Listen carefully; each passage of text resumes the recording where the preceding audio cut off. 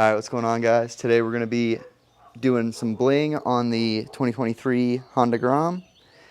I picked up a new sprocket and chain, went with a Renthal gold chain and a TST Industries rear sprocket.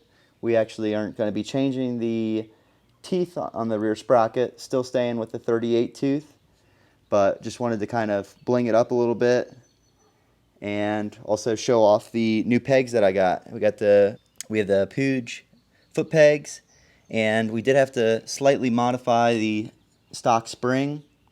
As you can see, the stock spring kind of sticks out pretty far, and then when you move it up, the spring would hit. So you have to cut off a little bit of the spring so it can clear and move freely up and down. But so far, they're definitely a big improvement over the stock, and really happy with how they came out. They look a little bit cooler, and they feel a lot better because the rubber ones have like a big, thick rubber foot on it. So when you were moving around on the bike, I really noticed it at the tail. The rubber would move with your foot, so it kind of didn't give you much feel on the bike. So it's a lot better feel with the new pegs. But I wanted to show the new sprocket. This is the TST Industries rear sprocket, went with the 38 tooth. And the reason we went with this brand sprocket is because it's actually designed specifically for the new Groms, whereas a lot of the ones on the market that you can purchase, they might say they fit the bike, but you actually have to drill out the holes for the sprocket because the holes are too small. So on this one, we don't have to do any modifications to it, so it should just go bolt right on. And then we went with the Renthal 420 chain, and we're also going to be doing the oil change on the Grom today. Alright, we already got the Grom on the pit bull stands. We're going to be removing the factory chain. We're going to start by removing the master link. And luckily the factory one is the clip style, and the new chain comes with a new master link that's also clip style.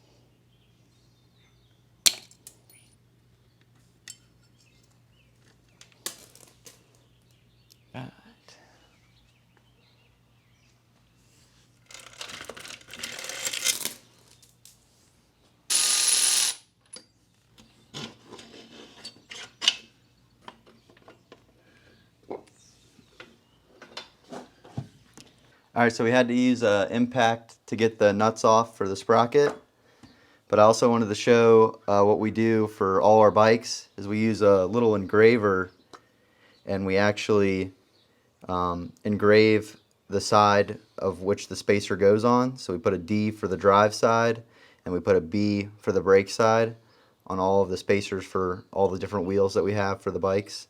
Just makes it a little bit easier in case one falls out or we don't forget which side which one goes on. And this is where we would have an issue with a bunch of the other sprockets on the market, is because these holes, you can't really, probably won't be able to see it on camera, but there's 8 holes and 4 of them are larger, and that's for the new Groms, the 2022 Plus, because the bolts that the sprocket slides onto are bigger than the old generation Groms. Alright, so we got the new sprocket on, and what we did was use the impact and then checked it with the torque wrench, and the torque specs is 64 Newton meters or 47.2 foot-pounds.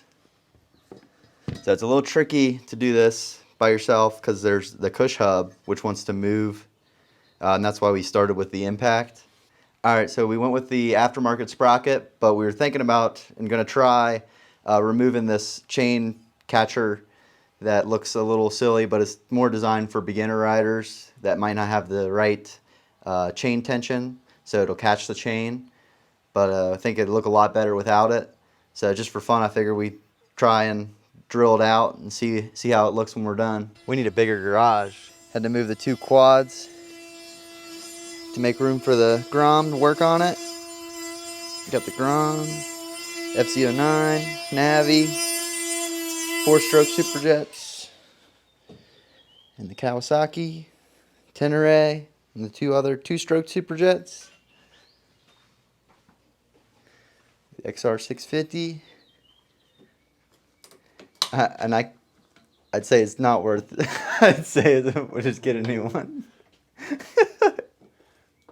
It's actually working now. We got the chain catcher off, and we learned a couple things about it. So when you're getting that off, you definitely don't want to use a drill bit, because we dulled a couple drill bits in the process, because the catcher isn't a hardened metal, but the sprocket is.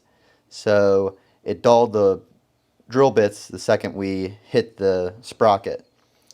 So this is kind of what to expect. A cheaper solution than buying a $50 or $60 sprocket, and doesn't look too bad. You can paint it or whatever. Since we went with the same size sprocket, I think this is a good alternative. Not the prettiest, but is just kind of neat to try. But I'm glad we went with the aftermarket one. But I think somebody not looking to spend or drop 60 bucks on a rear sprocket, I think it's kind of a cool mod. All right, now that we got the wheel and the sprocket back on there, we're going to be sizing up the chain. And traditionally, you would use a chain brake to break the chain to the right amount of links. But this one only works for the larger chains. This 420 chain is too small for these chain brakes, so we'll have to grind it. All right, so the easiest way to measure the right length for the new chain is to line it up straight with the old one and double check, and then mark which link you have to remove. So we'll be grinding both of these rivet pins out so we can get the chain to the same length. It's going this way. Yeah, get the drink out of the way.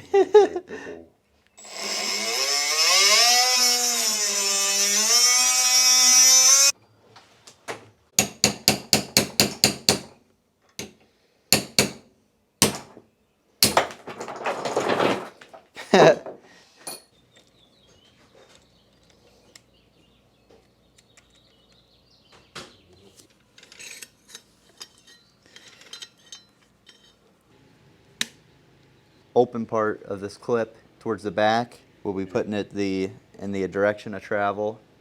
Like that. So you want 1 3/8 of free play. Yeah. Okay.